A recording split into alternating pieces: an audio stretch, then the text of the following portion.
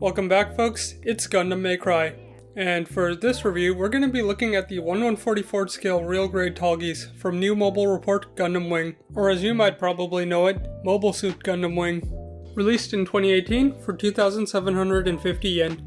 It's the end of the year and I figured I just had to review a Wing kit, since I actually started this year off by watching the anime for the first time. Well, technically not the first time, but I never really had the chance to catch it much when it aired on Toonami, unlike other US Gundam fans.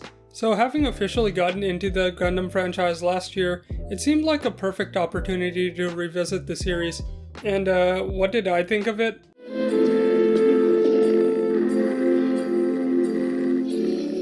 Get out of my sight, you weaklings! Fighting a weak enemy leaves me feeling so empty afterwards. Let's just say I had some mixed feelings about it, but I later went on to watch the sequel movie Endless Waltz, and while it still had a lot of my gripes from the anime, I think the impression it left on me was overall more positive. At the very least, I thought the mobile suit designs were cool, and I just so happened to pick this kit up when I stopped at the Bandai pop-up store in LA this summer. Now this is the standard release of the RG Tallgeese, which is the Endless Waltz version, EW for short, but it's still the very same mobile suit piloted by the series antagonist Zex Marquise. There is a P Bandai variant with the TV anime's color scheme, and I think that's the only difference between the two. What's interesting about Endless Waltz kits is that they're based on Hajime Katoki's redesigns for the movies. However, the ones we get as standard releases besides the Wing Zero kits and the MG Deathside Hell, if I remember correctly, don't feature in the film because they're more meant to resemble, one could even say replace, their non-upgraded appearance in the anime. Since this is a real grade and intended to look more like a realistic mecha than an anime one, anime accuracy isn't that important here anyways. The context might just help in case there's any confusion on what this is supposed to be from. I've said plenty already, so it's time to talk about the actual kit. First, let me take a moment to plug my Ko-Fi page. If you enjoy my content and want to support me further, consider dropping me a small tip. These vids take a lot of time to produce with my current circumstances, so any help would be appreciated. Thanks. Now onto the review. To kick things off, here's your look at the box art with CG rendering done by Eto Koji, and I think he pretty much does all the art for RGs, since they all follow this convention of having a full shot of the realistically depicted mobile suit on the right, and an extreme close-up of the head on the left. Very, very cool all the same. On the side, we get a peek at the kit's inner frame, as well as some of the box contents, and no shortage of Bandai boasting about the realistic qualities of the RG line. On the other side are some very nice promotional images of the kit, and not painted up just to show you how good an RG could look even out of box. The box contains 12 runners, and I say that somewhat generously. Runner A consists of a grayish white, a light gray, and a warm bright yellow. All of the runners are made of polystyrene plastic, with the exception of one. That exception being Runner B, which contains the kit's advanced MS joints made of ABS plastic. I'll talk about more of what these are in a bit for those who haven't built RGs before, but they're in what looks like a very dark gray. Runner C is molded in a high gloss white. Runner D is in a bright yellow orange. Now the E runners make up a good amount of the white on the mobile suit, and it might not show up well on camera, but I think these are in a cooler white than Runner C, and they are also high gloss. Runner F is in a really dark navy blue, almost black in regular lighting. The G runners are in a somewhat dark, cool gray. For H1, we get colorless clear parts including beam sabers and a flexible polystyrene. Then for H2, we get a single red piece. See what I mean by generously? And lastly, two more beam sabers in a typical clear pink. Other than that, we have the real grade style peel and stick decals and reflective seals. And the magazine style instruction manual with everything you need to know translated in English and labeled clearly. However, some additional info like the loadout and accessory descriptions are only in Japanese. I've shown you everything that's inside the box, so now it's time to jump into the review. Build, aesthetics, presentation, accessories and extras, and articulation. Those are my 5 categories, and at the end I'll be scoring each of them with a letter grade from A through F. Until then, let's examine the kit in detail and see how it fares in these areas, starting with the build. Here's your look at just the mobile suit itself when it's all snapped together. I'm not going to show off the inner frame, as a lot of times visually, RG inner frames are nothing to write home about, emphasizing function over form. I mentioned earlier this kit does use the advanced MS joint in the build, and if you're familiar with the history of real grades, you probably know the MS frame has a pretty infamous reputation.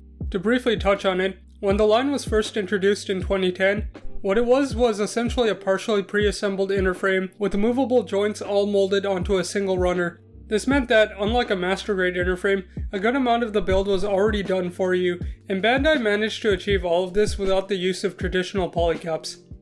Well, sort of. While this sounds awesome in concept, the polycaps molded into the inner frame had the tendency to loosen up in little time at all, and with so much Bandai was trying to do at once with the line, they often lacked the structural integrity to support the weight of all the parts, and basically just amounted to more technically impressive pipe cleaner figures. This phenomenon is something that's known in the community as early real grade syndrome, and as the name suggests, was mostly prevalent in older RG kits, particularly seed kits for their heavy backpacks. So, does the RG Tallgeese suffer from it as well? Well, you'll be relieved to hear that the answer is no, it doesn't. Over the 8 years leading up to this kit, it seems like Bandai has made some serious progress in innovating the engineering used in RGs, cutting down the MS joint usage to just 6 parts that work in conjunction with the mostly polystyrene inner frame. The only presence it has in the lower body are the feet, and a simple 2-piece sliding mechanism for the legs. To me, this feels a lot like the vision the Greathead strived for from the beginning. It's a truly simplified building experience that offers some of the complexities of a master grade without sacrificing the build strength or relying on polycaps, and all at 1/144th scale. It's safe to say I had a great time with it. However, there are a few things to watch out for when going into it. One of them being these gates Bandai placed inside the cutout section for the upper legs for some bizarre reason. It's one thing that they close around a part of the same shape, it's another that the gap is so small your nipper might not be able to cut the gates properly. This isn't a huge deal, it's just a little unexpected, so I'd advise having something like a hobby knife ready, as well as maybe something to sand them with. Then there's this stub connected to where the hands should go, and I cannot stress this enough, you do not want to cut this part off. You're going to have a horrible time if you cut this part off. You are supposed to remove it, however I almost missed this part in the instructions because it's a little small and I didn't see it properly. Anyways, this just pulls out and you can attach the hands, no problem.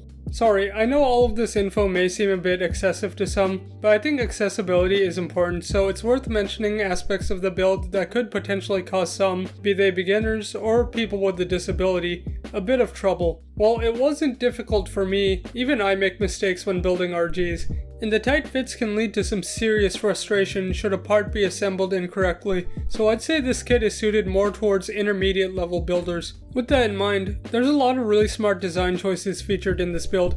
We'll look at them shortly, and I think you'll have a great time with it. Moving on to the aesthetics, this is how the kit will look without any additional work done to it. Okay, that's not entirely true. Since this kit is mostly white, I got curious and threw a couple of the sticker decals on it, but not because I felt like it needed them, but because it looks so good I couldn't resist trying out a few extra touches. Just so you know, all the red you see besides the mohawk is a sticker, so pay no mind to them for this section. As I was saying just now, this kit looks amazing even as a straight build. What's really striking about it to me is the overall balance. The large shoulders, the narrow waist, and the flared out skirts give the body an almost X shape, and at the same time, the elements are all visually distinct in a way that doesn't feel at all jarring. For comparison, here's how the Tallgeese looks from the TV anime, since I can't seem to find the original art for the Kotoki design. You'll notice there's a lot more lighter tones and yellow accents used in this kit, but it retains just about all of the design choices from the illustration, albeit much sharper. Being a real grade, it does take things a step further by incorporating color apps and inner frame details, as well as panel line and industrial details that were previously absent. On top of that, the proportions of the mobile suit have been slimmed up to, I guess, give it a more realistic sense of mobility. I think these touches are nice and add visual interest without being a big departure from the original design. Color-wise, I really like the 3 types of white used here. There are 3, right? I'm not just going crazy. It's not going to show up on camera at all, but I feel like the white on the skirting armor is a touch warmer than on the legs, and if that's the case, that's pretty freaking cool. All of the really bright white on this kit have this very premium quality gloss finish. I think it's the same kind used in special finish kits, because getting plastic like this in standard releases is extremely, and I mean extremely rare. The grayish white is in a nice matte finish, and is present mostly near the central areas, and featured heavily on the acceleration units, assuring you this mobile suit means serious business. To break all that up, we also have the yellows and dark navy blue, which are the perfect complementary colors to provide some excellent contrast. Something I should point out are these arms, whose neutral position is always going to be at a slight angle. Depending on your preference, this could be a good or bad thing. I personally don't mind it. What I'm not too big on, however, is how the pre-molded joints look. Like, you got no interesting details for these visible elbow joints, it's just dark plastic. The feet themselves don't look too bad, but on the bottom there's like literally nothing. You'd think there's some kind of inner frame piece that's missing, and you'd be mistaken. That empty space straight up does not look good in my opinion. Still, take that as just a minor complaint for a kit that's overall exceptional in terms of aesthetics. For size comparisons, here it is next to an average high-grade 1/144th scale kit, and I honestly thought the Tallgeese would be considerably smaller given what I heard about wingsuits, but they're roughly the same size. Also look at how much of a difference there is between the white plastic used in both kits. Here it is next to a taller RG of the same scale, a master grade, and Dwayne "The Rock" Johnson. On to presentation, and I think this is probably the department RGs will excel in more than any other grade. But there will always be exceptions, so let's get into it. Out of all the stickers, there's only one necessary one, and another that may or may not be, but we'll get back to that. For the eyes, you get one metallic blue foil seal that goes on the colorless clear part. I always find these tiny things to be such a hassle to put on, and I definitely fumbled it here as well. Though in spite of that, I can't deny how dazzling the reflective quality is once they're on. There's optional foil seals for the body too, which I often personally find to be a bit gaudy, so I don't bother with them. The important thing is that everything is molded in the correct color. Some areas I think you'll appreciate are the little bits of gray of the inner frame poking through the armor, looking particularly good on the collar area. The two-tone white used to make up the outer skirting armor as well as the head, and the shoulder pauldrons which are separated into 3 layers. Of course you could go the extra mile and really make the kit pop with a little panel lining. For nubs, fortunately this kit is almost entirely undergated, meaning you don't have much to worry about when it comes to cleaning up that glossy plastic. I myself don't put as much work into cleanup anymore since I don't have plans to paint my kits anytime soon, and they all look fine once I display them anyway. But even looking up close, there's not a single nub mark that immediately catches my attention. As you might already know, those pesky white marks aren't as visible on lighter plastic. Furthermore, a lot of the gates were tiny, and while there were a few stubborn ones that required a little more effort to remove, those might not be all that apparent on the surface. Seam lines, on the other hand, are basically non-existent here. The legs have some nice panel line detail where the two parts meet, and I like how the inner frame shows through as a stripe running down the lower legs, which are capped off by the ankle armor. Panel lines on the sides of the upper body and shoulders as well.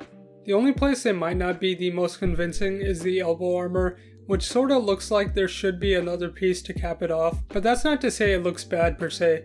The arms themselves are made up of single cylindrical pieces that slide on the inner frame. All in all, the design considerations made for this kit are really impressive. To kick off the accessory segment, here's all of the essential stuff that comes in the box. You might be thinking that there isn't a whole lot in here, and I guess you're kinda right, but looks can be deceiving. This kit contains a total of 7 hands to build. Equipped currently are the 2 fist hands on both sides. Then there's the 2 widespread open hands, 2 holding hands with the index finger coming out slightly, and a special gripping hand for the beam saber. All of them looking extremely sharp, I might add. For the single long-range weapon, we have the Dober gun, and honestly I don't even know where to begin with this thing. For starters, this thing looks insane. The surface details on the body are likewise extremely sharp, with so many intricate looking mechanical features that sell the idea that this could be a real weapon. Most of it is made up of that nice dark navy blue, with a matte look to bring out those details. Though to prevent it from being too monotonous, there's a gray piece for the barrel section, as well as a cooler gray for the ammo cartridge. Of course there are a few noticeable nub marks if you look up close, but they are small, and given the quality of the plastic, I think they blend in well enough. We get this tiny blue foil seal that goes on top of a clear piece, and I used a couple of the marking decals here too, which are pretty tasteful in my opinion. One thing that also surprised me was the lack of an obvious seam, as it's smartly hidden within the design. So for moving parts, you're gonna have to bear with me cause there's a lot. Okay, the main grip is on a ball joint so it can move around a bit, and it's connected to this piece that can swing all the way out on both sides, which is sick. The front grip can move back and forth a bit and rotate at this point, but there's nowhere for the hand to plug into, so it's mostly for show. The barrel can go in and out, and you might notice there's some other interesting movements happening simultaneously. This sliding mechanism is a single piece that connects to the barrel, so these will all move at once, along with this release lever back here to emulate a really awesome firing effect. The lever can move on its own too. It's suggested that the ammo container is meant to pop out as part of this gimmick, though there's no release mechanic for it, and nothing going on inside, so I don't know what the point is. You're probably wondering what this over here is. It's essentially a complex apparatus made up of a series of joints that attaches the Dober gun to the mobile suit. In short, more moving parts. This moves on a ball joint. This can rotate. This can rotate. You can get more range depending on the particular rotations. This pivots in and out. This is on a ball joint. And see, this peg here is to mount it onto the mobile suit. You just flip this piece under either shoulder and plug it into the connection. That then will net you more rotation. Getting the Tallgeese to hold the Dober gun can be a little tricky at first, as there's a lot of moving joints. But if you go by the illustrations on the manual, I'm sure it won't be too difficult. Once you have everything all lined up, have the holding hand on and remove the finger portion. Make sure the grip is facing the right direction, and plug the slot into the tab inside the hand. Then place the fingers back on. Everything should be good to go, and miraculously you can achieve this without any weight issues.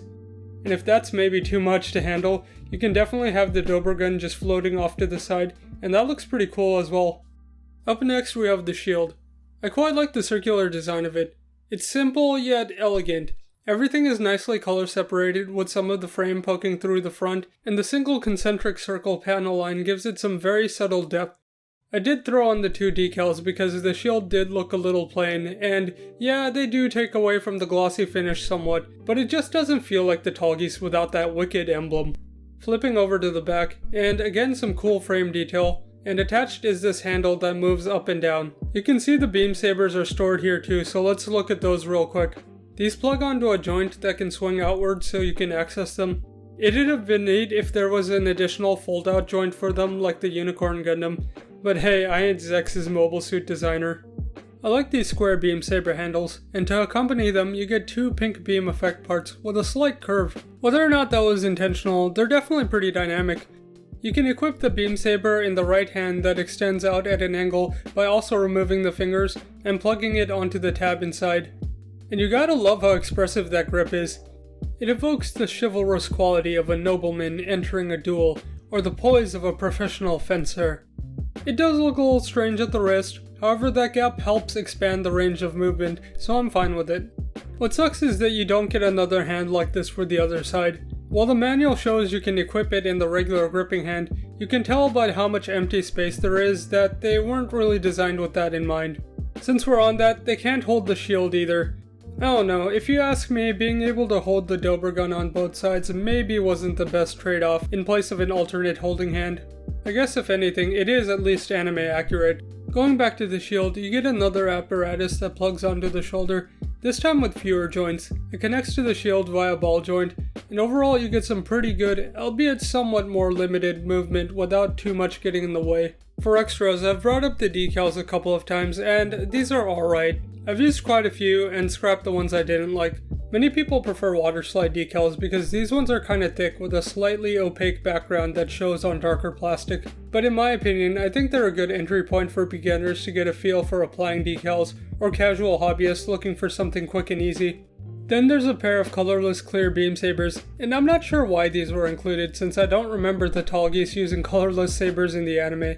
If you want to paint them yourself, I suppose the option is there. You get a base adapter compatible with Action Base 4 and 5. And the last extra is a standing pilot figure of the lightning count himself, Zex Marquise. I actually got confused and thought this was Trey's Kushrenada because the hair seemed a bit short, but then I remembered he had the mask which would go on to break later in the anime. I'm sorry, my recollection of Wing is pretty hazy. But wait, there's more! I think the best place to start talking about the suit gimmicks is this backpack vernier unit, which the box puts as being capable of murderous acceleration. If you want to get an idea of what that's like, This is gonna take a lot of effort! But I can't falter now with the Sand Kingdom right in front of my eyes. These things probably took the most time to assemble, as there's a lot of parts that go into them, and unlike the arms, there's no MS joint to build on top of. The end result makes it without a doubt one of the most rewarding features I've built in a Gundam model kit. First off, they already look impressive as hell as is, with the same level of quality and part separation as the stuff we looked at before. However, it's when you open them up that they really scream murderous acceleration. To do so, you'll want to hold onto a spot that doesn't open so nothing gets blocked. Then what I like to do is pull the wing down on the lateral side so the vernier connected to it pushes out the flap on the medial side. Next, you lift this part up and pull this little switch down to reveal the primary thruster. What can I say? The backpack gimmick is absolutely mind-blowing. It's insane how well designed it is and how Bandai managed to execute it without any frustrating elements. It gives off a very mechanically complex real robot vibe, while at the same time being relatively simple in construction. Closing it then is as easy as putting everything back in its original position. Just be sure the lateral wing is pushed up again before tucking it back in place. The vernier units connect to the mobile suit via these arms made up of a few joints. The unit can rotate on this peg, and I will say I found the joints on one side to be tighter than the other for whatever reason, but not so much that it's a detriment. This joint here can pivot up and down, an additional up and down pivot at this point as well. And this one goes into the torso where you can get some slight movement in and out. One recommendation I'll offer if you decide to get this kit is to maybe get an action base with it, because it can be a bit awkward having to manhandle the mobile suit to hold it still. And there are some balancing issues if you position the units too far back. Okay, I'm gonna speed through this other stuff. The side skirts can open up. The flaps on the back skirts have thrusters underneath and move on ball joints. The front skirt can, do that. Open in cockpit, though no seated pilot figures since RGs don't have those. And lastly, you can remove the Tallgeese's face to reveal a very sussy Leo head.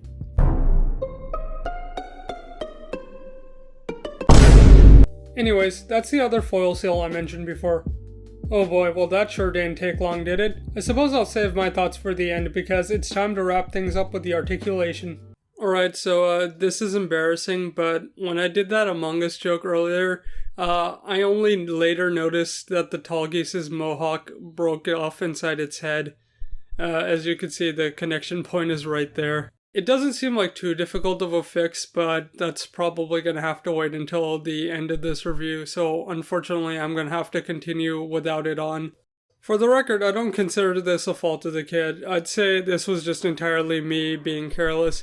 I mean, that mohawk on the head is just so tempting to hold because it makes moving the head so much easier, but I hadn't realized that doing so would weaken the connection to such a degree. Or maybe I just don't know my own strength, so I guess lesson learned, don't do what I did. Oh god, if I ever happen to get big, I'd hate for my reputation to be that guy who broke a Gunpla piece because of an Among Us joke. Among Us ruins lives, people, remember that. Let's take it from the top. The head is on a pretty standard ball joint. It can look up and down nicely. There's also this collar piece that tilts along with it, and may be meant to cover up the gap underneath. No forwards and back movement. Side to side is really good. You can get full rotation if you raise the head above the collar, though going all the way left or right looks a bit odd. The torso has very impressive ab crunch.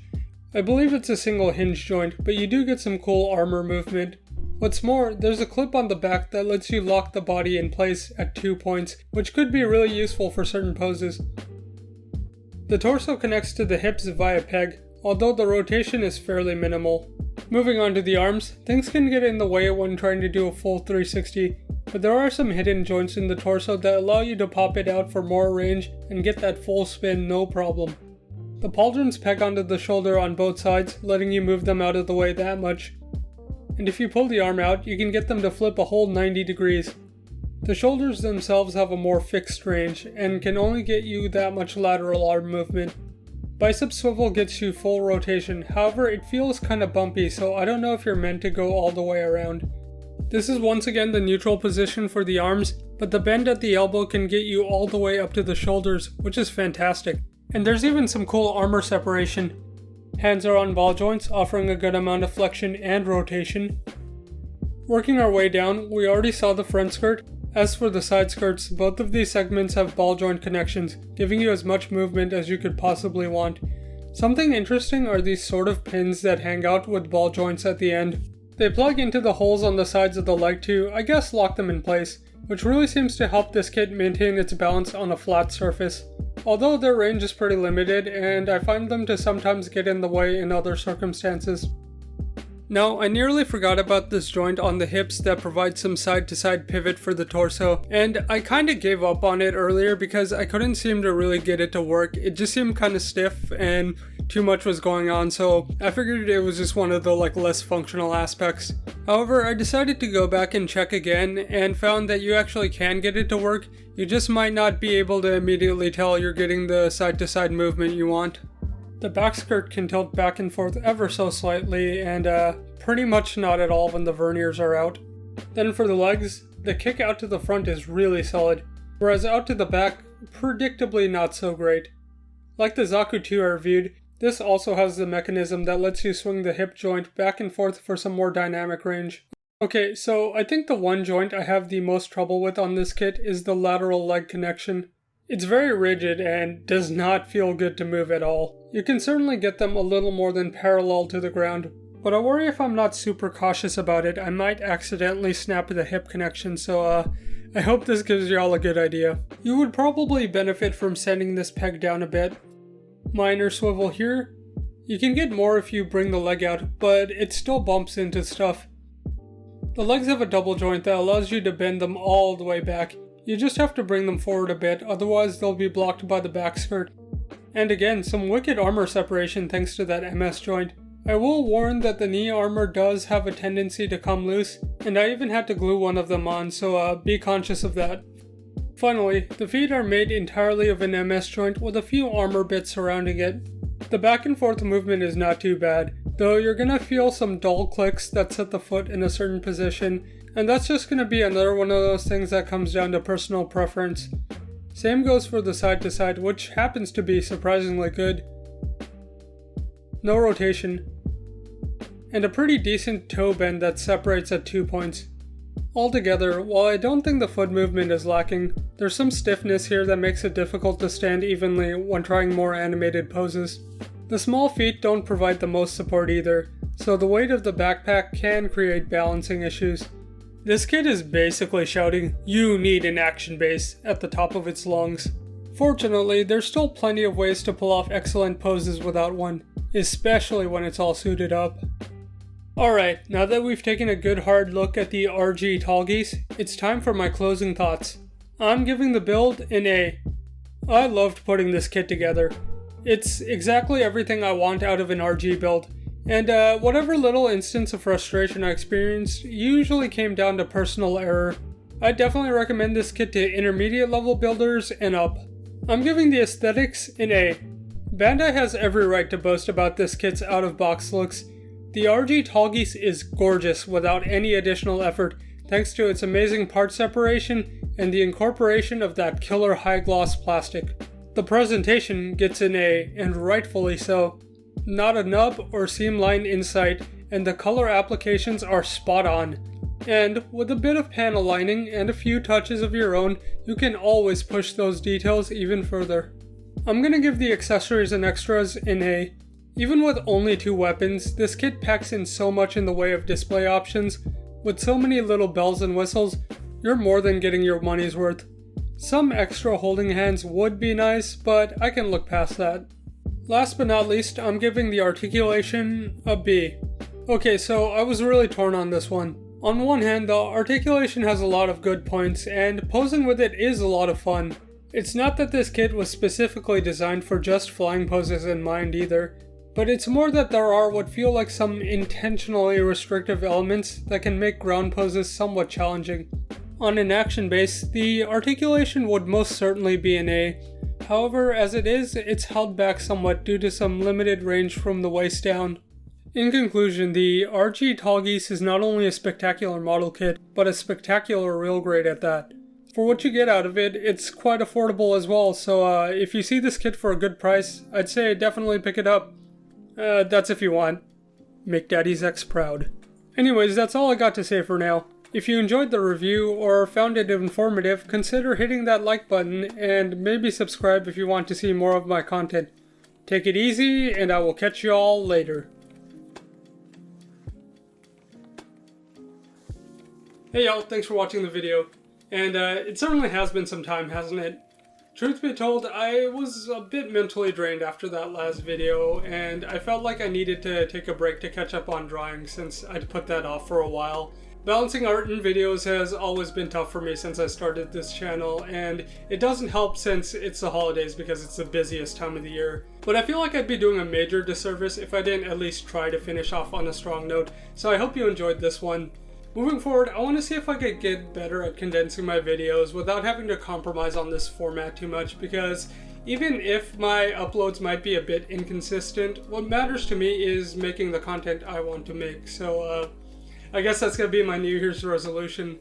Once again, thank you all for watching the video. Links as well as my socials will be listed in the description below. Take care of yourselves, have a happy holidays, and here's to another awesome year of Gunpla. And this is Gundam May Cry. Looking forward to our reunion in 2022.